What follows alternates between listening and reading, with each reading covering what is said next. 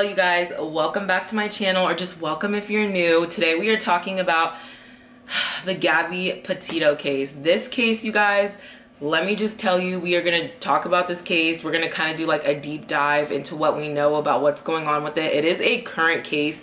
Right now I'm drinking some tea because I'm out of cold brew, so you guys could tell what kind of morning I've had.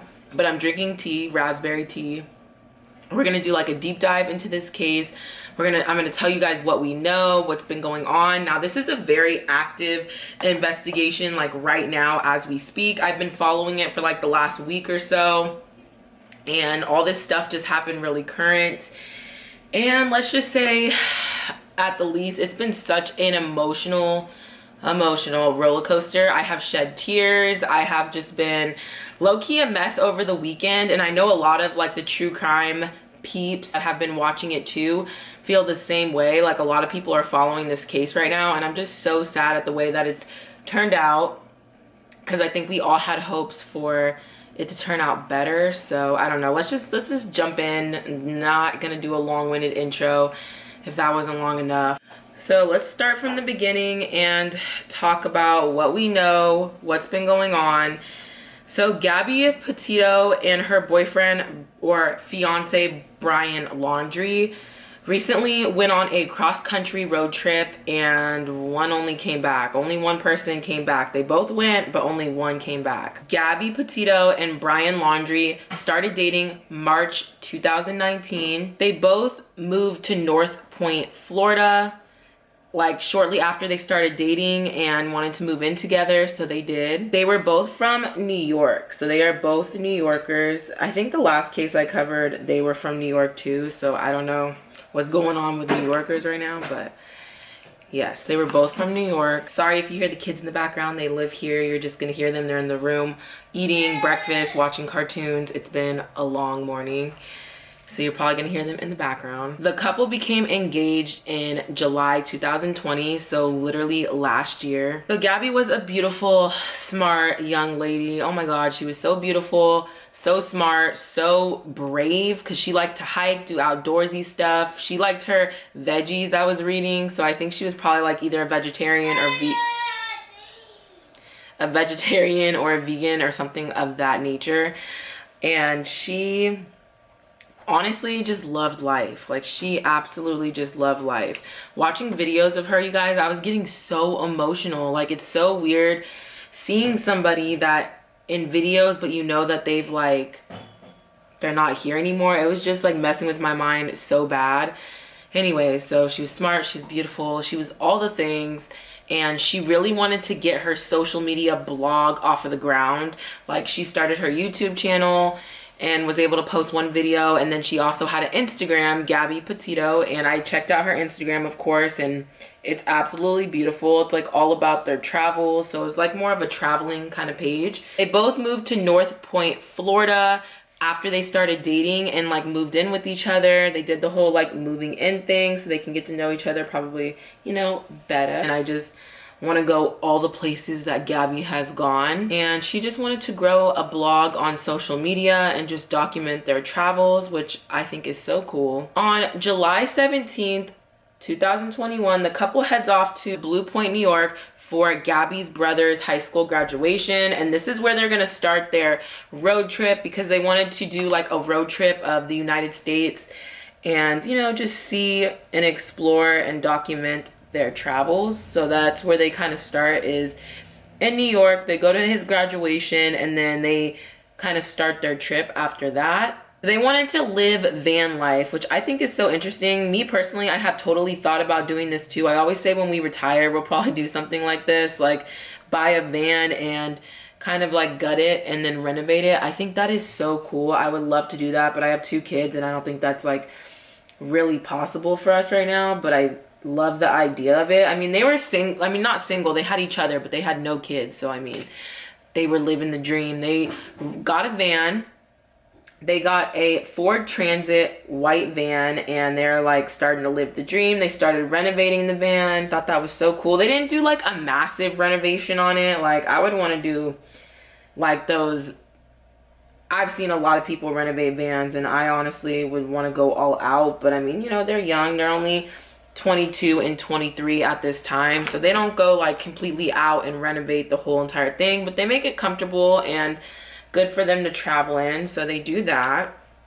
So they love to hike. They were experienced hikers, and so that was definitely, you know, part of this journey. They definitely wanted to visit all of the cool hiking spots and national regional parks, which I would love to go to too. They are so beautiful. So they plan to end their trip in Oregon and like literally go like across the whole United States, I believe. And they plan to end their trip in Oregon. They started their trip on June 2nd, 2021, which was this year. They got their 2012 Ford Transit van and loaded it up, and they're like, okay, let's do this. Let's go. Let's live this life, this adventure. And they were really, really excited about it, and I would be super excited too. Like, oh my God, like, I love that. So they renovated a little bit, like I said. They just did like, you know, some minor renovations to it. Nothing like too major, I don't think, but they renovated it. They made it comfortable for them to travel in, and it was cute. So at the time that all this is taking place, Gabby is 22 and Brian is 23. So they're really close in age.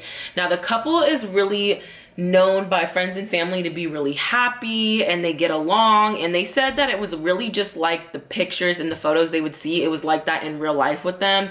So the parents had no concern for Gabby or for them going on this trip. They've gone on many trips before in the past, and it wasn't a problem like at all. It was, they were good. They both came back. They were happy. They saw pictures, and it was just like a really good time. So on August 12th, the couple gets pulled over when they were traveling in Utah by the police.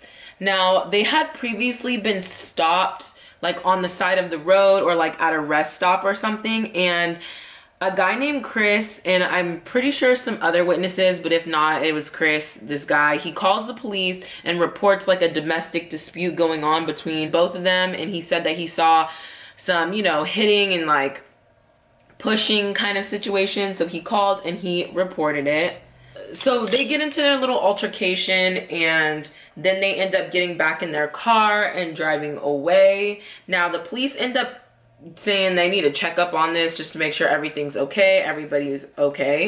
So the police catches up to them, and they're actually going like 45 miles an hour, and they're supposed to be going like 15 in this zone. So the police is like, okay. They pull them over, and you can see here on the body cam footage, like there's a whole hour video of the body cam footage. I'll try to link it down below for you guys if I remember. And the body cam footage is pretty, I'll give you guys my thoughts a little bit about the body cam footage. I feel like it's kind of definitely concerning. So the police pull them over, and you know, they're like, roll down your window. We know the whole drill about how it goes when you get pulled over, right? So he's like, roll down your window. They talk to the police, and Gabby is crying. Gabby is like hysterically crying and bawling her eyes out. And you know, of course the officers are like, well, what's wrong? Like, why are you crying? And she kind of starts explaining they've been fighting a lot. Now, Gabby explains in the body cam footage when they were pulled over that she has OCD, and that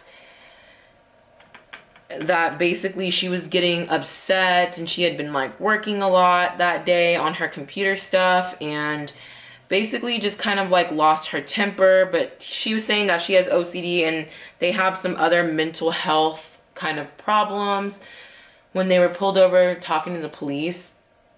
Now, Gabby basically takes the blame for like everything. She even says like, sorry, I was distracting him, because Brian also hit the curb when the police pulled him over. He literally hit the curb, and that was like, the police were like, oh, like, well, is this person like drunk or like high? What's going on with this person? But she said that was her fault too, that she was distracting him and that she grabbed the wheel or something like that. I don't know.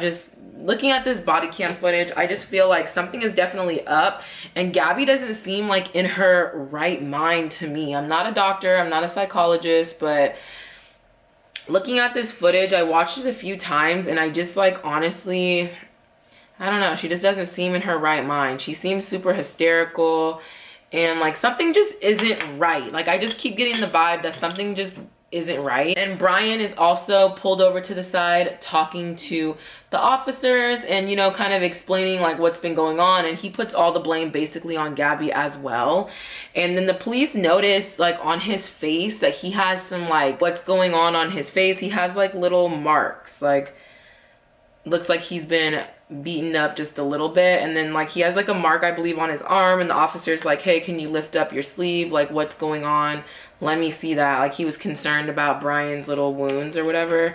So Brian shows him and he tells him that like Gabby, he was trying to like push Gabby off of him and lock her out of the van and walk away from the situation, because I guess she was getting a little handsy. Gabby was getting a little handsy with him for whatever reason, because they were arguing a lot. Now remember, the couple wasn't really known for arguing and stuff that much, so yeah, so things get a little handsy, and that matches up with kind of what the witness Chris said when he called the police to report this domestic dispute in the first place, is that, you know, he saw some pushing and like shoving and like some hitting going on, and that's kind of what made him call and report this incident in the first place. What happens after this body cam footage? Like what happens?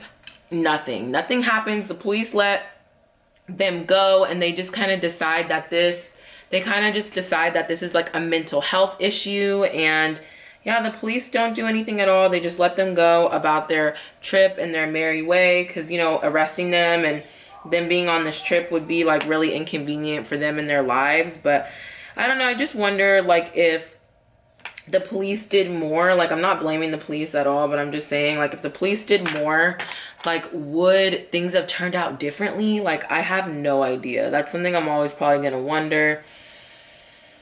But, you know, shoulda, coulda, woulda, we can't go back. It is what it is.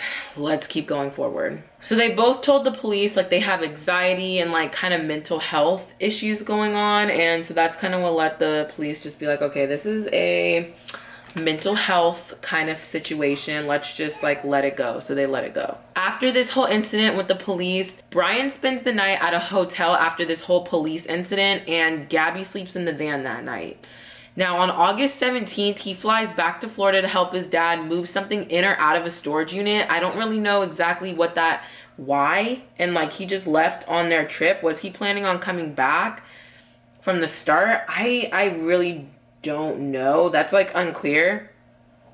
But I don't know if he was moving something in or out of the storage unit, but whatever, he left the Utah area and went to do that. And while he was there, Gabby was staying in a motel at the time in Utah, and he was in Florida.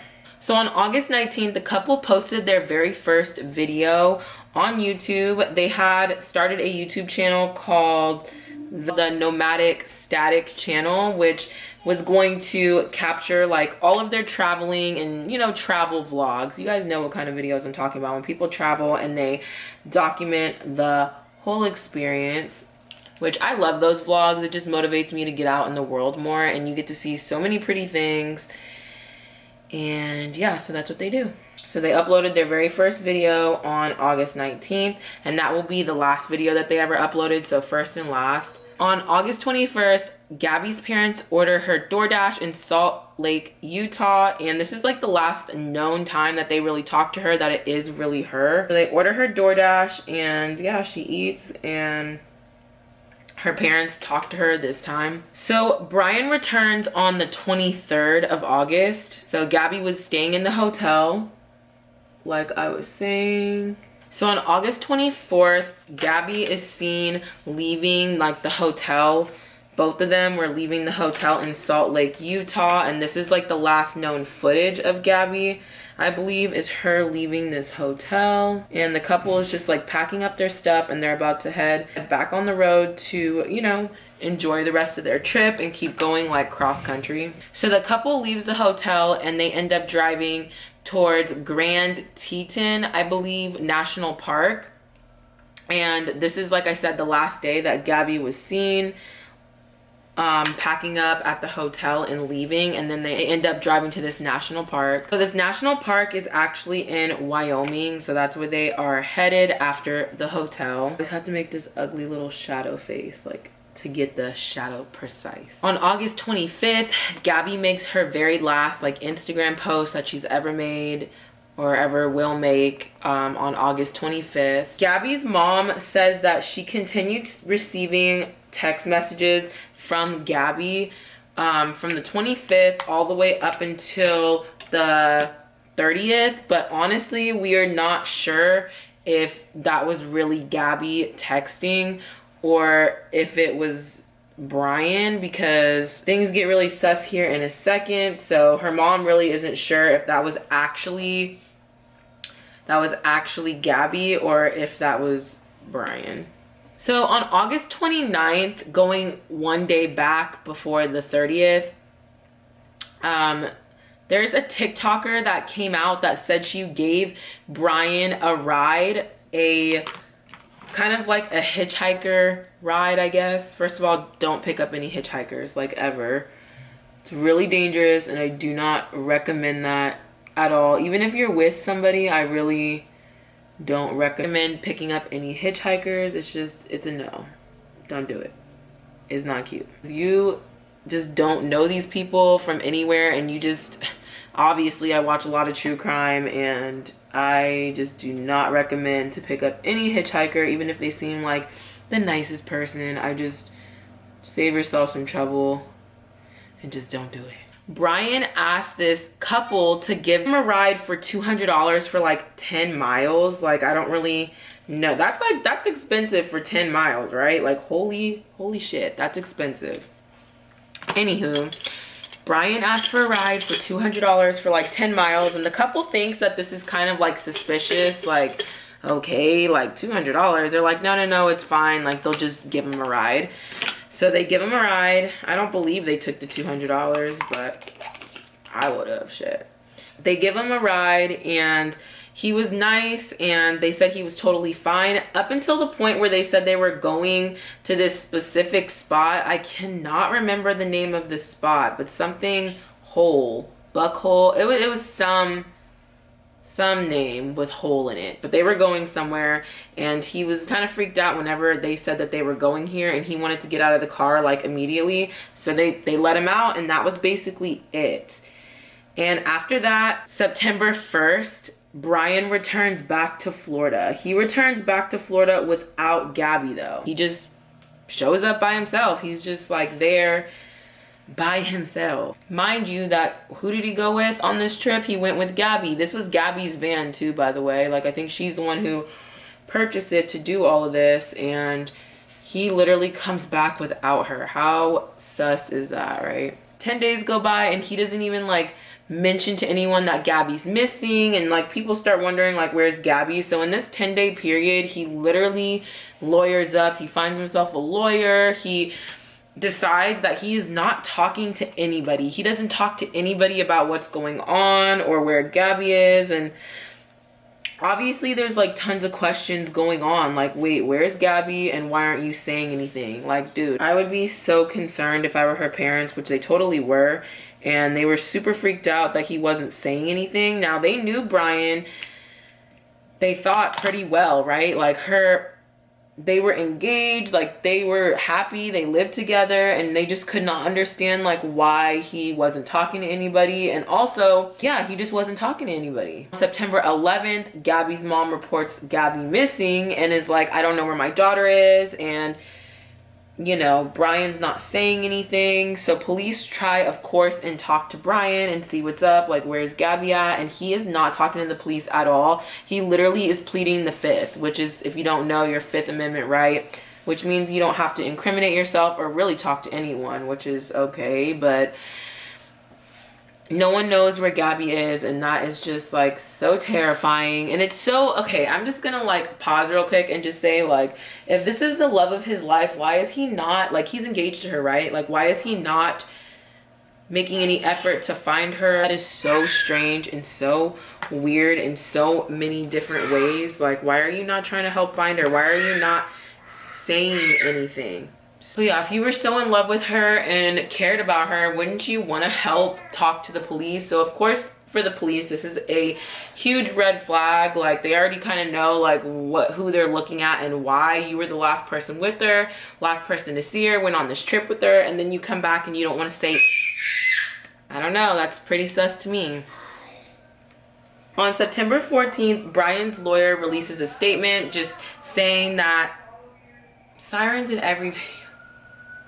Speaking of the police. On September 14th, Brian's lawyer releases a statement saying that they're heartbroken, they hope that Gabby is found and all this stuff, and they hope she comes home safely, is literally like the drift of it. It's not like a straight quote, but like, you guys get it. And then they say that his clients, the Laundrie family, which is Brian's family, will not be saying any other statement at any other time. This is basically it. This is them talking, and yeah, they just stop talking and they don't say anything else. And I just don't understand how he's just like not like doesn't have to say anything when he was the last person to see her. I think that's so weird. So obviously, like, when you lawyer up like that out of nowhere, not telling anybody, don't report her missing, that's just like, you know, really sus of you. I feel like of Brian, like, ooh, excuse me, that's just really sus of Brian. Like, why would you just, it's just really sus. Like, that to me just says that you're guilty without even doing, like, without even saying anything. Like, lawyering up before you even get questioned or like anything, you obviously know something, and if you didn't do anything, like, why would you lawyer up? So that's very strange. Point, obviously Brian is a person of interest and the police are honing in on him because, again, it's just so suspicious. Like, I don't know what he was thinking. It's so stupid. Like, you're gonna lawyer up and all of this before you've even been like questioned or anything. Like, that is just so weird to me. Like, obviously you know something, dude. Obviously. It couldn't be like more obvious. Brian is definitely a person of interest and the police are looking at him because, you know, it's very, very obvious like something happened and he knows something. So after this, Brian actually ends up going missing. He ends up going missing, and the police at first say they know where he is, right? And that they're not like releasing his location, but he's not at his house, but the police like know where he's at. But then he ends up going missing and the police don't know where he is. Sorry, not missing, he goes on the run, because missing is Gabby, right? Like, she's a missing person. No one knows where she is, but Brian is obviously really sus and he knows something. So I'm not gonna say he's missing, he is on the run. The police are not having really any leads. They don't really know much besides the fact that obviously something happened and Brian is like really suspicious because he's not talking, and you know, that's just obviously really suspicious in itself, right? So they ask people to come forward with any footage, photos, or just any accounts of what maybe could have happened, or if they were around during the 25th to the 30th, those dates. So they asked for the people's help and wanted to know if anyone had seen anything, heard anything, videotaped anything. And luckily a couple came forward, and they are a vlogger family that also like does like traveling vlogs, I believe.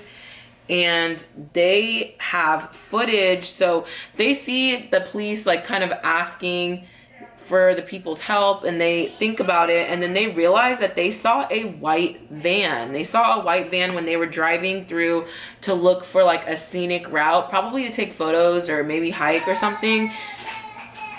So then they end up calling the police and letting the police know, and they look at their footage and it's definitely Gabby's van. Like, you can see that it's Gabby's van that they were passing by, and they just remembered that when they were looking at like news or something, and they saw the police like pleading for the people's help. Then the police end up getting the locations of where they saw this van at, and the van wasn't there because Brian drove the van home when he went home. He came home in the van without Gabby, remember? Right.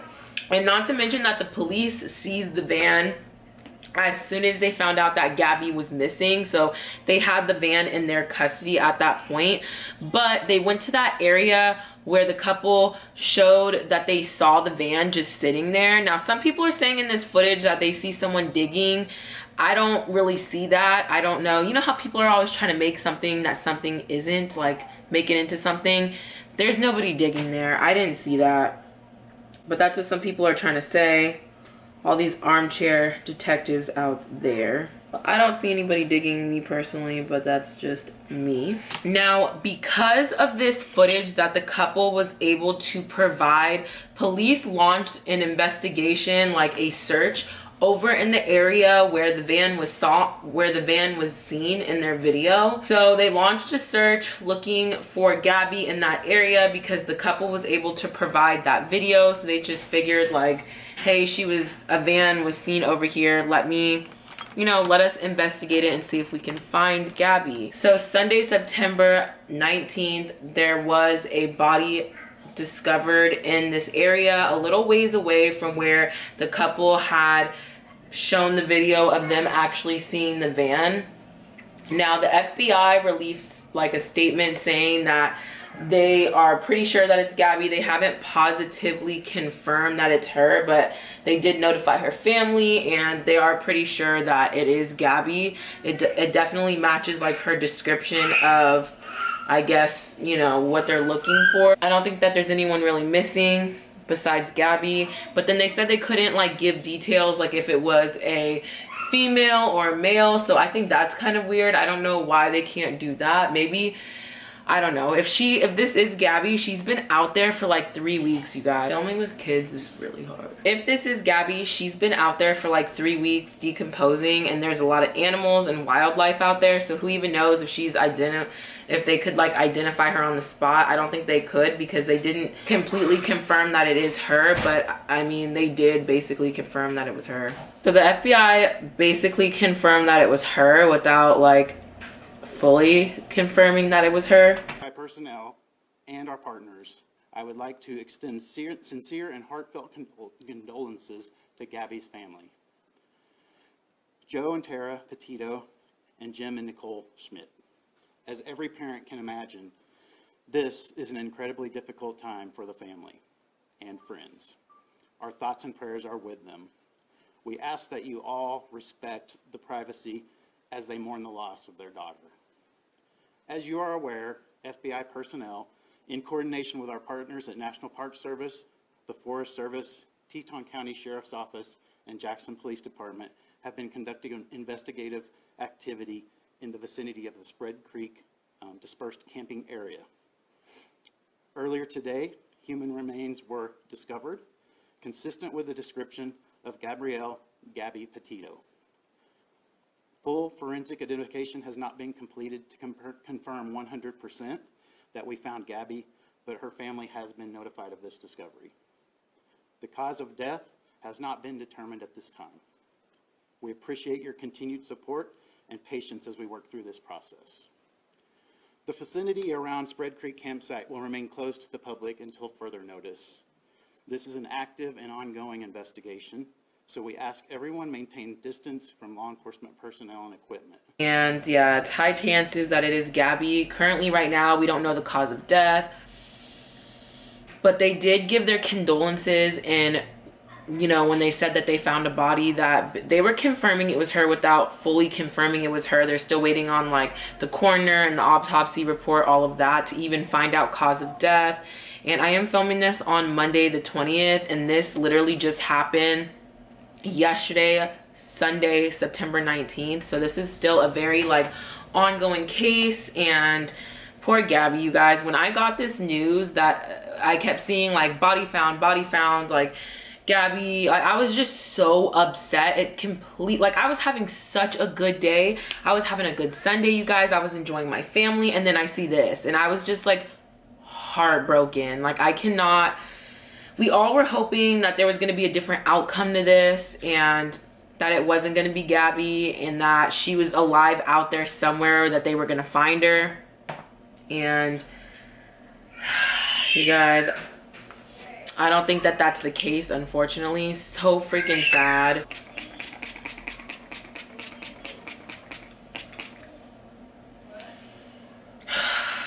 yeah, you guys, this case was really emotional for me. Like I said, I am so sad for her family, and I just really hope that justice is served for Gabby. We still don't know where Brian is.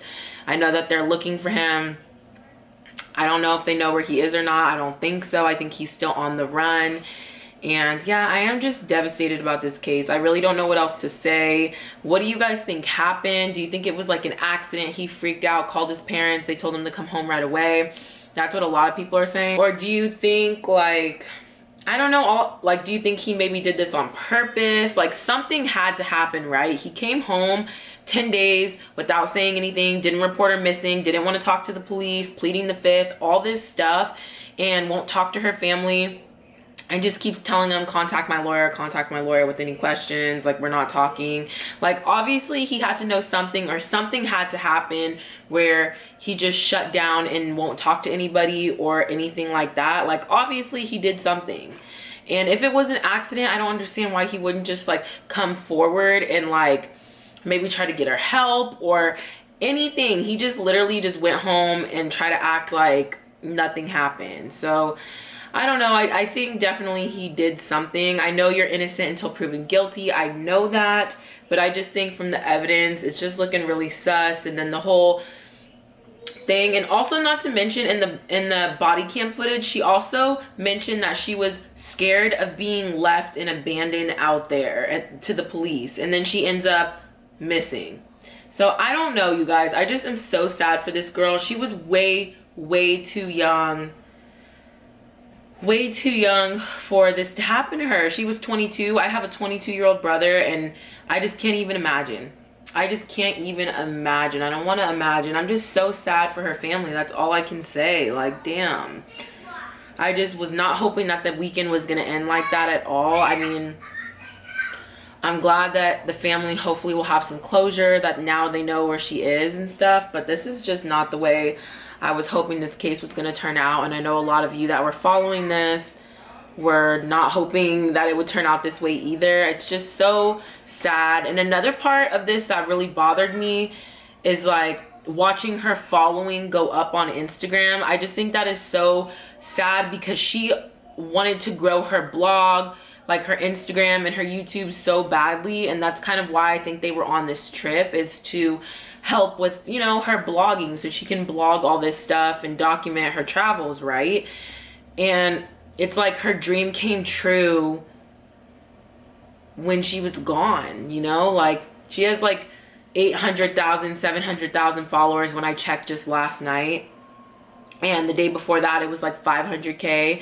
And this is just knowing that this was her dream and then it ends up happening, but she's not here to enjoy it or be proud of it and the way it happened, because she went missing and now she's found gone. Like, I just am so, I'm just devastated, you guys. I'm absolutely devastated for her and her family. Anyways, you guys, I am so sad, so heartbroken for them. I'm gonna end the video here. If you guys like this video, make sure you like it, subscribe. Not if you like the story. The story's horrible and devastating, but maybe the way I told it, I don't know. I am just legit so sad for them, and my mood is probably going to be down like the whole week because, I don't know, I just been thinking about her a lot, and I was praying for her, and I'm just so sad it turned out this way. But yeah, you guys, I'll see you in the next video. Until next time, bye. But yeah, if you guys want to see more of my life, I'll leave my second channel down below. All things like mom, lifestyle, just my everyday kind of life. And yeah, you guys, see you in the next one. Bye.